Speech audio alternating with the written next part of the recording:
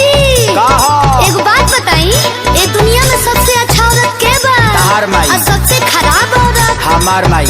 ये दुनिया में सबसे अच्छा आदमी के बा? तहार बाबू। और सबसे खराब आदमी? हमार बाबू। अच्छा एगो और बात बताई, ये दुनिया में सबसे आज्ञाकारी लड़का के बा? तहार भाई। और सबसे बदमाश लड़का? हमार भाई। Very good baby, very good.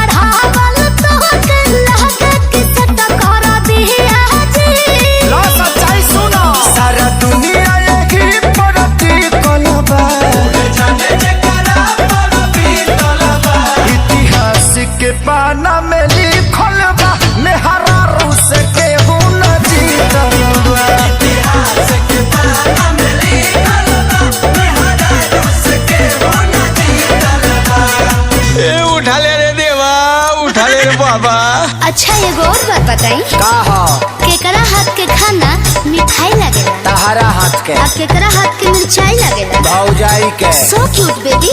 एक और बात बताइए, बैंक बैलेंस कमा के किसको देना है? आपको। और किसको बताना नहीं है? बाप को।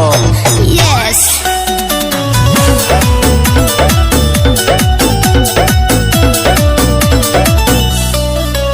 हाँ, कल जुग के है सच्चाई बाहो। चुप रहले में सब कर भलाई बाहो।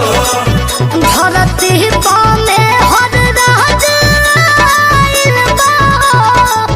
सारा मर्द समाज लड़ाई बाहो। तू लोग क्या बोलता है? चुपचाप रहो लो।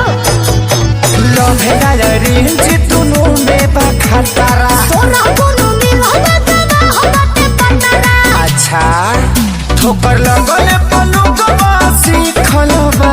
अरे जाने पलाई का लोग भी खलबा। इतिहास के पाना में लिखल बा, मेहरारू से केहू न जीतल बा। इतिहास के पाना में लिखल बा, मेहरारू से केहू न जीतल बा। हेलो, एगो और बात बताई, आपस के झगड़ा कहाँ सलटे के बा? घर में। अब कहाँ बतावे के नहीं खे? तारा नई हर में। एक आखिरी सवाल, ये दुनिया में सबसे सुंदर औरत के? तू। और सबसे खराब आदमी? हम। चलो 3 साल के सिखावल कुछ तो कमाई।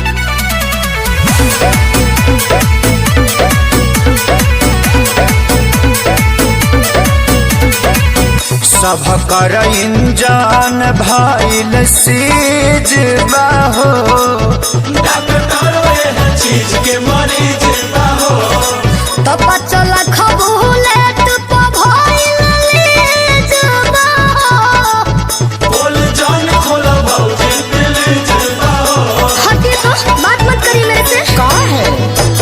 अरे लागे खिसियाई गइलू हमारा से प्यारी। बात नहीं करब तो अरे मान जाना, दागो तो नीलो हो विधि कलबा।